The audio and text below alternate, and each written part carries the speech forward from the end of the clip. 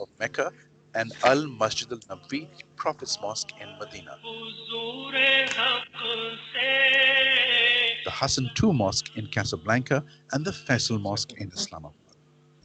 To appreciate its large size, the four minarets of the Badshah Mosque are 13.9 feet, 4.2 meters taller than those of the Taj Mahal, and the main platform of the I don't Taj know Mahal whether they can contains hear me or inside not. Now the what? 278,784 square feet courtyard of the Badshah Mosque, which is the largest mosque courtyard in the world.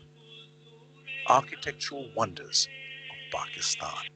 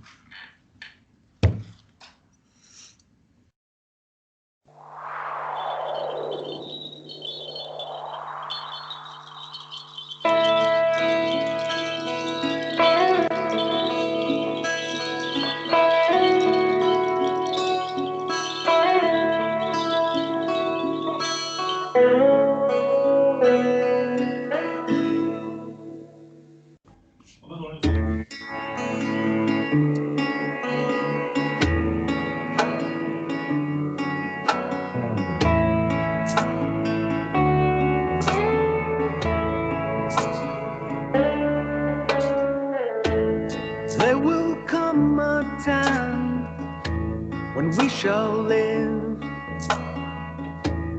in the valleys of heaven. The days spent, the nights we cried, we wondered but knew not why. For God has sent us, please don't torment us. Just heard and no let, therefore shine. You can't retrieve us, so please believe us. Just heard and lonely, therefore shine.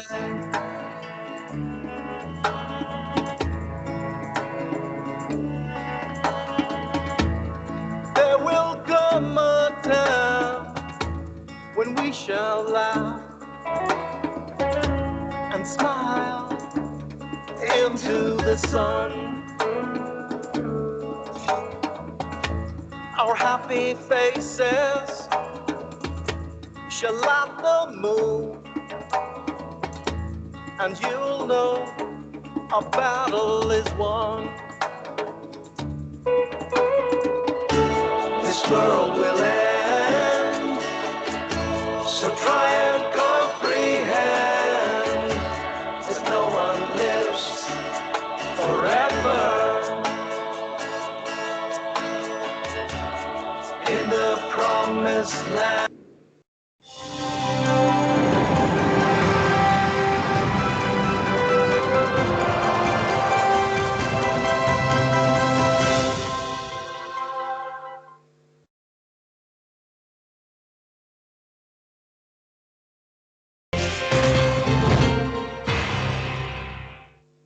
Assalamu alaikum. You're watching Views and News, and I'm Faisal Rahman live from our Islamabad studios. Today we'll be talking about the Pak-China relations. Now, as we all know, that the Defense Minister of China, General Feng Yi, along with his big delegation, visited Pakistan. He is still here today. He was awarded the Nishane Pakistan military, and it was given to him by the President of Pakistan, Dr. Arif Alvi. Now, this also shows the historic relationship between the two countries and the kind of dependence or the interdependence they have on each other. Whether you talk about the kind of investment the Chinese have made in the CPEC in the form of pipelines, fiber optic, infrastructure development, tunnels, bridges, roads, or the development of Gwadar port. I mean, there's so much going on. And especially when you talk about the Defense Corporation, I think that leads the entire agenda. Other than that, when we talk about the overall changing perspective in the region, especially when we talk about India and the kind of ideology they have, especially regarding the South Asian region, the kind of hegemonic design they have there, that is something to be pretty much worried of. And when we talk about South Asian Arabian Sea region, I think that needs peace. And when we talk about peace, this was stated by the Chinese defense minister. And lately there was this crash of MiG-19 in the Arabian Sea. A Chinese MiG-29 crashed, and one pilot was rescued, the other one was missing.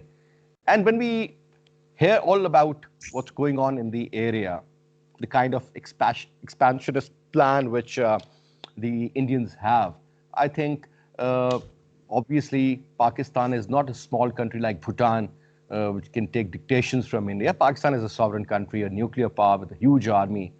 And we believe in our sovereignty, and we respect the sovereignty of other countries as well.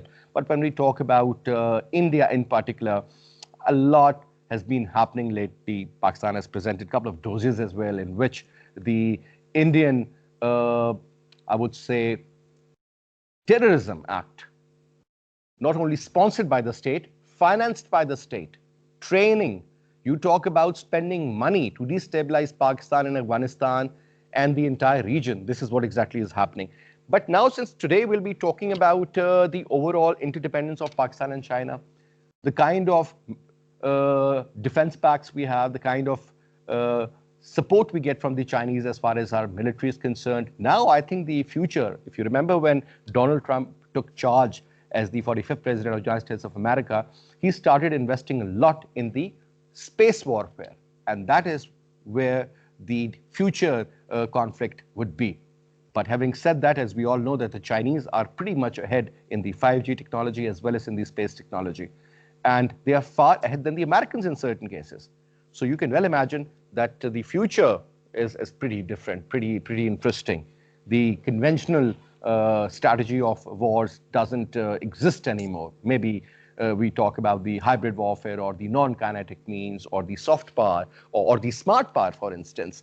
That is the name of the game. So today, we'll be throwing light on the Pakistan-China relationship, especially in perspective. The importance of this very important visit of the Chinese defense minister to Pakistan. And prior to that, he was in Nepal, along with 21 of his delegation members, where they in fact signed a couple of very important documents, MOUs also, and they gave a lot of support to the Nepalese government. And remember one thing, Nepal has only two neighbors. One is China, one is India. So if the Chinese are there, obviously there is something going on. So to talk about it, we will be having Dr. Auqaab Malik, an expert on the foreign affairs. He'll be joining us on Skype. Thank you so much, Dr. Auqaab Malik, for your time. And we have with us Dr. Talat Shabir Saab, who is an expert on South Asia. Talat Saab, pleasure to have you as well. Thank you so much for your time. And we'll be also taking Dr. Jameel Ahmed Khan on the telephone. He's a former ambassador and will be also taking a lot of input from him also on this show.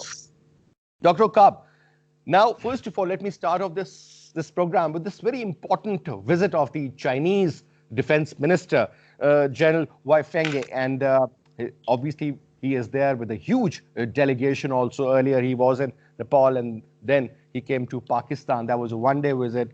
And now, the importance, and especially the kind of interesting engagements he had with the top leadership.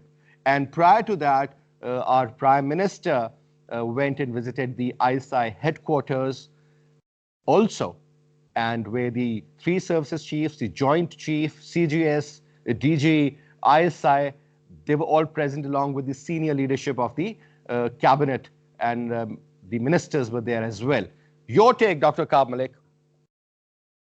Well, thank you for having me today. I think this delegation has been a long time in coming. Pakistan has numerous MOUs with China in many different fields, in civil affairs as well as military affairs. And this is just shoring up relationships given the current circumstances that China, Pakistan face in the regional environment, as well as I'm sure they had discussions about what the situation will be now that Biden will take up the presidency next year. I think more importantly, though, given the circumstances, given the virtual two-fronted conflict that affects India, which is from Pakistan's side as well as China, that this will be more of a cooperative understanding and understanding how, personally, I feel how they're going to work together to confront their mutual enemy. And I think the world also needs to appreciate how India is acting in Kashmir and how they're instigating the actions against the population, that innocent population in Kashmir, which is at the brunt of a very brutal offensive for quite a while now. It's been. No doubt China has its issues in eastern Jammu, and as a result, they want to cooperate on these issues. But Pakistan and China have been in a strategic dialogue, you could say, an understanding for quite some time in military affairs. They're building the JF Thunders, the jet fighter that Pakistan has in Pakistan as well.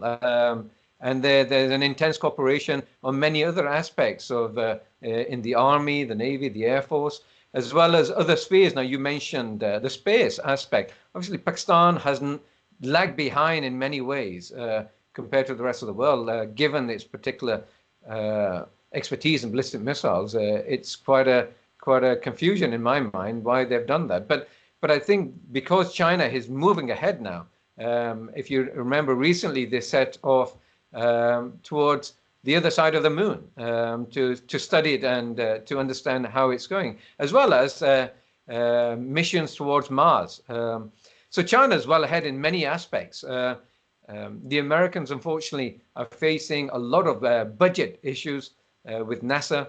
You've got private companies now taking NASA astronauts into the International Space Station, for example. So the whole dynamic of space has changed. I think as far as space is concerned, it's something that Pakistan needs to take account of, but it's not a running concern in the immediate future for us. I think that we need to really focus on ground realities here and what is going on in Kashmir and how to cooperate with China into, I think it's more importantly to blocking them off on both sides and putting the pressure on them to make them understand what they're doing is not really conducive to the regional environment and may blow up in a way that the whole world may regret. And I think that's an important case in point that Pakistan and China needs to cooperate in. But however, having said that, Pakistan is also in a particular situation where they have to maintain relationships with the West. And the West has immediate strategic concerns with India, the partnership that they have. And they're already admitting that the new Cold War has started with the Chinese. They're facing them on many fronts, economically, technologically, industrially, and militarily. The Quad is shoring up, it's consolidating as well. So obviously China is looking for partnerships further afield, looking for partnerships with Russia, Central Asian countries. Pakistan is and just another one of those countries as well. So we have to look at ourselves in the larger picture as far as Pakistan is concerned as well. And we have to judge and balance our affairs internationally accordingly. All right. All right. Now, coming to you, Dr. Talib Shabir, let's talk about this very, very important visit of the Chinese defense minister to Pakistan. And prior to that, if you remember, there was a very, very, I would say, high-level meeting conducted in the ISI headquarters in Islamabad, where the Prime Minister, the Joint Chief, along with the 3 services chiefs, as well as the CGS, Chief of General Staff, and the head of ISI, they were all present, along with a couple of ministers as well. Now, the significance of that very important meeting and this visit, are they linked in one way or the other? What exactly do you believe would have been discussed? Let's throw light on that. Thank you very much, Faisal. In fact, these are very interesting times with regards to the regional developments as well as international developments. When we look at region, we see that there are dialogues going on in Afghanistan for peace, and there are kind of reconciliation being reached by various factions in Afghanistan. There are hardships suffered by Kashmiris in Indian occupied Kashmir. There is Indian suppressive agenda being unleashed on Kashmiris. There are problems with regards to, there is a friction between China and India in Ladakh. There is a kind of confrontation. And interestingly, as Dr. Auqaab said, we will have an international transition, like Joe Biden will be taking over as President of America next month. So these are very, complex issues that the world is facing. We had a meeting, a very high-level meeting. We took place at the headquarters of Inter-Services Intelligence, and I think when Prime Minister is there, all services chiefs are there. So it's very important. And soon after that, a visit by the very senior and very important official of China in Pakistan. It's a very significant movement. So as Dr. Auqaab also said, and you also mentioned in your intro, that Pakistan and China have, if there was something very, very prominent, significant, and constant in China-Pakistan relation was the defense cooperation. So since our relationship began in early 50s, the defense cooperation between both the countries continually improved, and we have many things to mention about what China and Pakistan cooperated in defense domain. So you see and it pertains to all three services. Like if there are submarines for Navy, there are JF-17 Thunder aircraft for Air Force. There's huge munition factories and tanks, and you name anything that all three services benefited from Chinese expertise in defense. So it's very important that that we see this relationship growing in defense. Of course, when we talk of CPAC, its economic relationship also takes very important place. But with regards to defense relationship of both the countries, we already have very good cordial relation and very cooperative relationship with China. And with this visit and with this memorandum of understanding signed between the two armies, and this very high level cooperation, and it's the cooperation between the MOU two. primarily, is it some sort of a defense pact, Dr. Saab, where each other would be looking after the affairs and the kind of threats which are posed, or something of that sort? But I think as a student of international politics, I should refrain from saying alliance or pact, but it is just something very short of a pact. You see, there's a cooperation, and the one thing that is very important is that China understands our sensibilities with regards to India. China understands our vulnerabilities with regard to India. And China also has been helping with regard to our vulnerabilities. So this is very important. When we call alliance or pact, it has some kind of formal connotation. But I think the kind of cooperation we have with China in military domain, in defense domain, is huge, and it is it is something that no other country has with each other. So China understands our requirements. China understands our vulnerabilities. China is mindful of what we need in case of problems, and China also is aware of the problems that we are facing. And of course, problem is with regard to India in the east, and some problem with regard to India in the west, also in Afghanistan. So this visit, this cooperative agreement, this MOU, is very important for our future relationship of both the countries. All right. Now, Dr. Auqaab, another important aspect is the kind of dependency these two countries have on each other. Pakistan is supporting China in almost every area, and we're getting the support at the same time. I was reading an article and that suggested that if there is going to be a future conflict between Pakistan and India, the result, the outcome would largely depend on the kind of cooperation Pakistan has with the Chinese in terms of defense technology. The better support we'll get from the Chinese would mean that Pakistan would be a much stronger force to counter the Indian influence. How much truth is it there in this statement? I think the picture is wider than just Pakistan and China. The Americans have a strategic partnership with India. And so too many of the European countries now being part of NATO.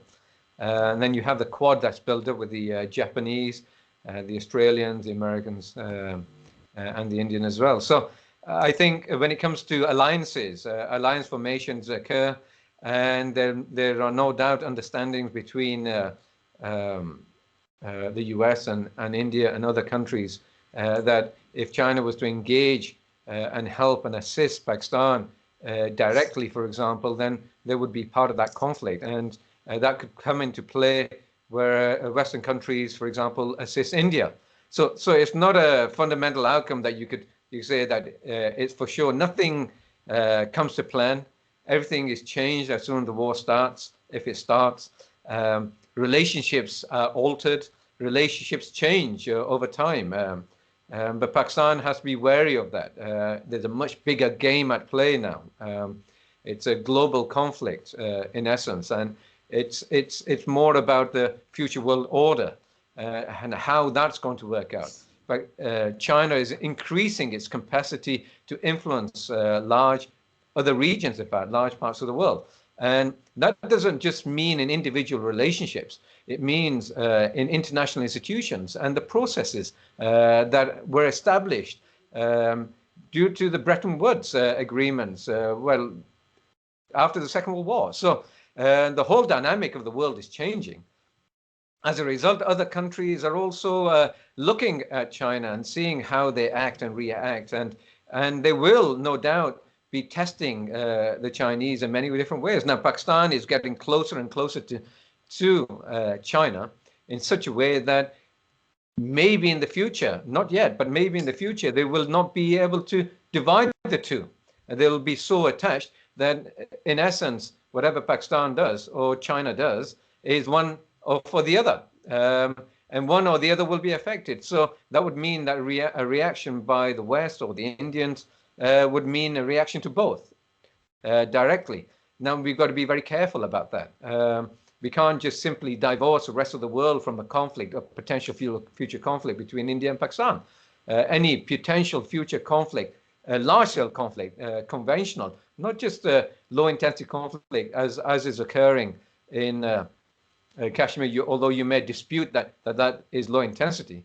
Any large-scale conflict could lead to a massive escalation, and that would affect the rest of the world. So it's in the interest of the rest of the world to actually find out about what's going on and influence the events in India and Pakistan to their benefit and for their interest. That also means that it's not in the interest of China, in fact, for a full-scale conflict to occur between India and Pakistan anyway, because that could cause a lot of problems for their BRI, for their future challenge in 20 or 30 years, maybe more, for contesting global power.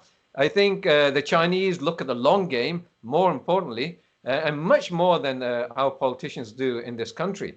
I don't think they can see the long game more than next year in this country, unfortunately. So we need to look at how we see things here in this country, in Pakistan, and understand that whatever decisions we make will affect us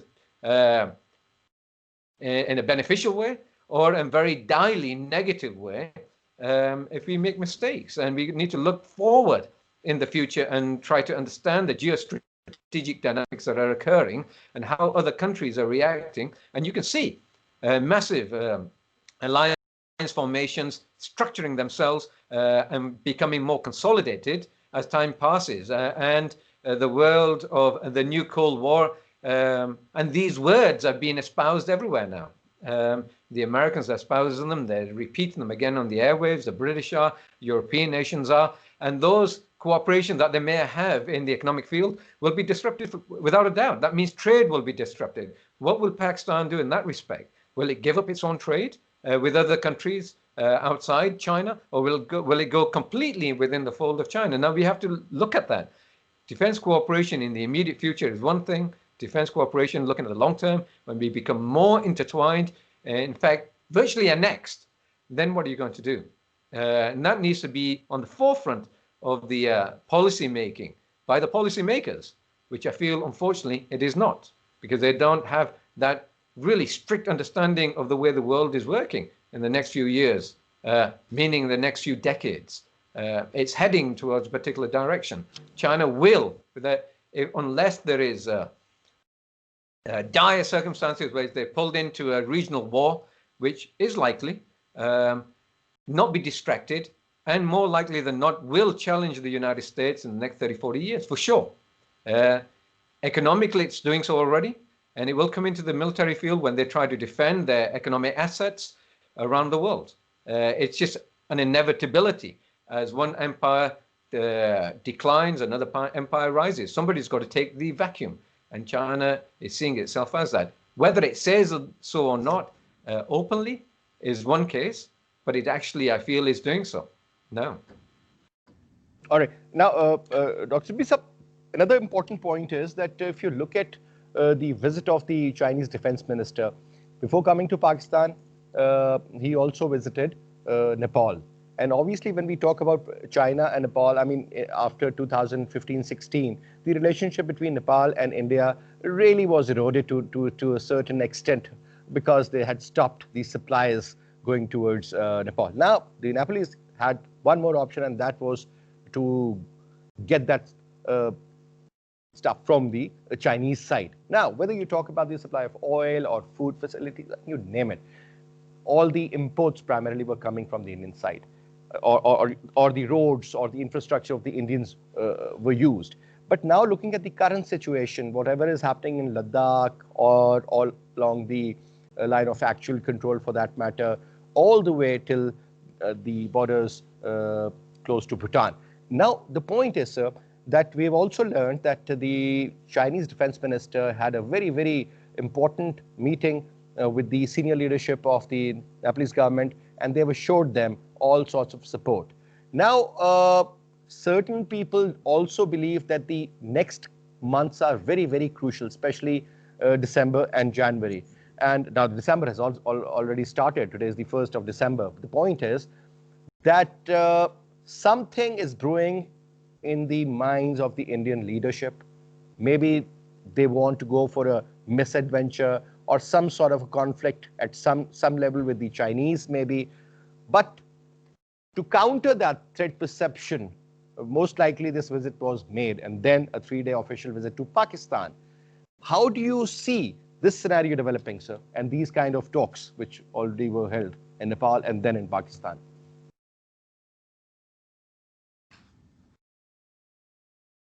Dr. Talat Shabir. Yeah. When we discuss China and India friction or confrontation in Ladakh, and before that, when we look at China, China is expanding its influence in the regional in the region, and India and China are the competitors. So there are smaller countries like you said, Nepal, that India wishes to continue to assert its influence, and China definitely would like to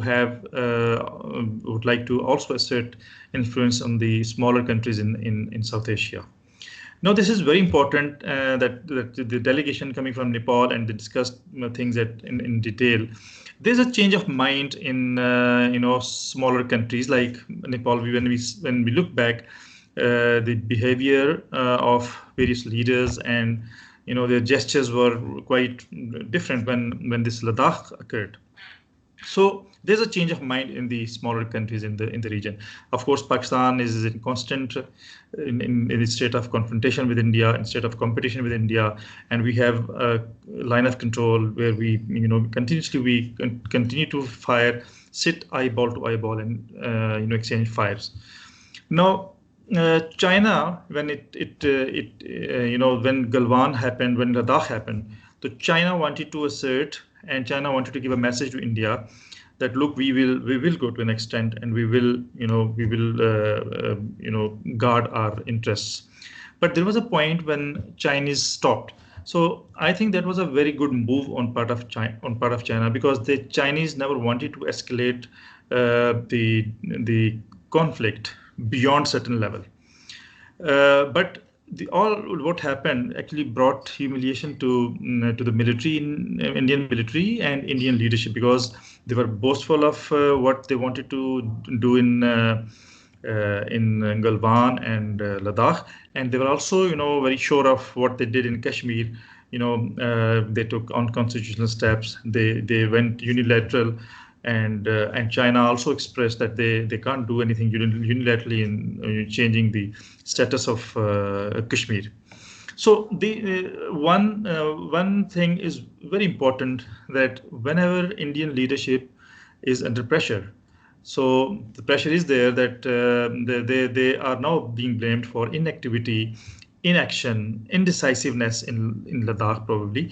So they have in their mind to carry out some misadventure, and that misadventure is not only expected against China, but it is also expected against maybe Pakistan along the line of control. Dr. Shabib, we have also been joined in by Dr. Jameel Ahmed Khan, a former ambassador of Pakistan. Dr. Sahab, Assalamu alaikum. Wa alaikum assalam. Dr. Sahab, thank you so much for taking out your time and talking to PTV World.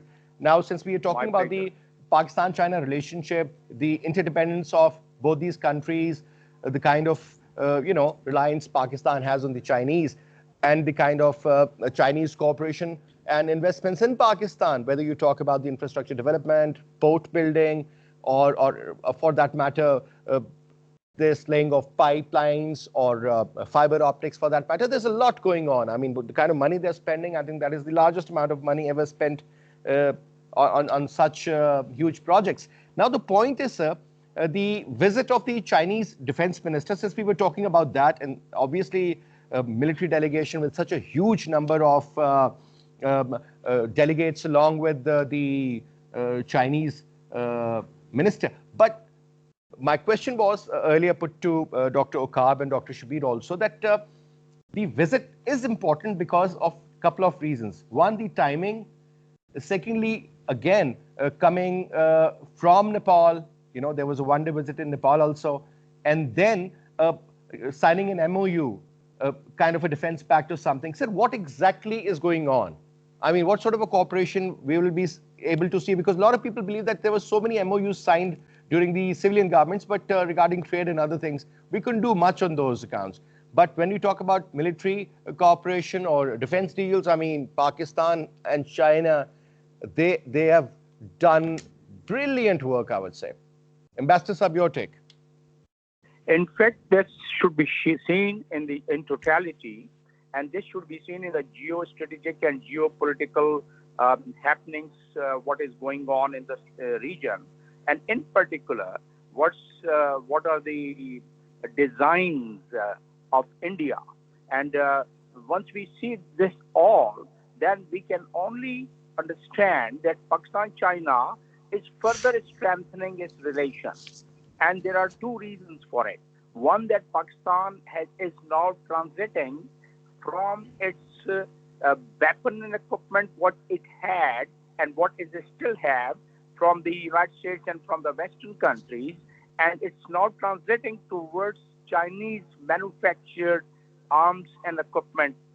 And in that direction, several years ago, they started with the F-17, and now we are selling it, and now we are quite self-sufficient, heavy mechanical industry, and we, in collaboration with China, we are now attaining self-sufficiency almost. Now, that's one aspect, but that's a basic aspect. The other aspect is that what happened between China and India. And once we talk about India, we have to keep in our mind that India has been now being boosted with all its capability, whatever it had earlier, with the help of the United States. And you had done a program on Quads meeting the last couple of weeks ago. So under that background, India is now being pitched against China as one of the countries which is giving more strength through the MOU which it has signed with the United States, through the string of alliance with America, Australia, Japan, India, Philippines, and onward. And on this side is China. Now, China in the geostrategic situation, starting from BRI, if we take, where China has done its soft diplomatic work and its tremendous economic outreach to the entire world, I would say more than about 130 countries. So from that perspective, if we take a look at it, then in that context, yes, the last point, the last component of this geostrategic discussion, what I'm trying to bring home is that India, in order to check India and its possible and future move towards Pakistan, of course, in the geostrategic context, India is supposed to check China from the military point of view, from geostrategic point of view. But India always would like to divert and direct those capabilities towards Pakistan and to meet their future intentions against Pakistan. And that includes Kashmir. That includes the adventure which Prime Minister has already indicated, which our Chief of Army has already indicated, and which through the diplomatic channel, we have already tried to tell the entire world that if India does that, then we are not going to just keep quiet. We are going to defend our sovereignty and integrity. And both the nations, as Prime Minister had already mentioned in the last General Assembly the debate, a General Assembly speech, that two countries sitting eyeball to eyeball, and therefore the world should get conscious about it, and they should try and stop India or intervene India. And in recent past, India has started creating a ground for the possible misadventure which we are discussing here, and that ground is through the LOCs, the violations, through blaming Pakistan again against the cross-border intrusions. So all these points, if we keep on our mind, then this MOU, the visit, and even future move with India and with Pakistan and China are going to to go ahead, is basically to address these possible threats from the India side. Ambassador, another quick comment I would like you to give is about the change in the regime. Donald Trump has finally admitted that he's lost. I mean, Joe Biden is going to take over on the 20th. I mean, obviously, this month of December, 31 days, plus those 20 days, these 50 days, how crucial are these, that, you never know. Recently, there was this attack on the Iranian scientist, nuclear scientist, and he was assassinated. Then there was another one. Prior to that, General Soleimani was also killed in the drone strike. And then right after that, if you remember, the Iranians targeted a base in Iraq where the American soldiers were stationed, right? That was a time when they retaliated. Now they believe that they could also retaliate, and most likely if Israel is involved, they said that the port of Haifa could be the potential target. Now, let's suppose if Iran takes a step in this regard, sir, how important these next 50 days would be, and especially if nothing happens, the next 4 years with the Chinese, do you think they will be able to, deal with the differences which were created during the Trump time? Or for that matter, Biden has always said that there is no concept of a transactional relationship, and he's always supported the human rights issues in Jammu and Kashmir and elsewhere. Your take, sir. Quick comment, and I would like to put this question to the other two gentlemen as well, sir. There are three perspectives to it. Number one perspective is Israel, its approach towards Iran and support to Israel. And there's a lot of homework which was done while Kushner was especially dedicated, and Ambassador David, who is the American ambassador in Israel, both of them had done this project. And there's a whole lot of story. I mentioned it in one of your programs previously. That's one angle. And second angle is Trump's remaining time until 20th of January. That is very precarious time. On one side, Israel would like to take maximum initiative before Joe Biden takes over. Although the policy towards Israel, both from Democrat and the Republican, there has not been a change, or not a big change, except the style of implementing things. There won't be that aggressive style in the Joe Biden time. But the second point is Modi. Modi during the Trump time would also like to take maximum initiative. Once Joe Biden takes, not that he's going to change his policy towards China, not that he's going to change his policy, because it's Obama's time that they had gone for the biggest MOU, where they had to give the Gujarat base, naval base, to American on the logistics and for the logistic purpose on the face of it. But it has its strategic value. So last point, last angle to this thing is in the remaining time that China and the United States, so far as their direct direct and any direct criticism is concerned, not much would be seen.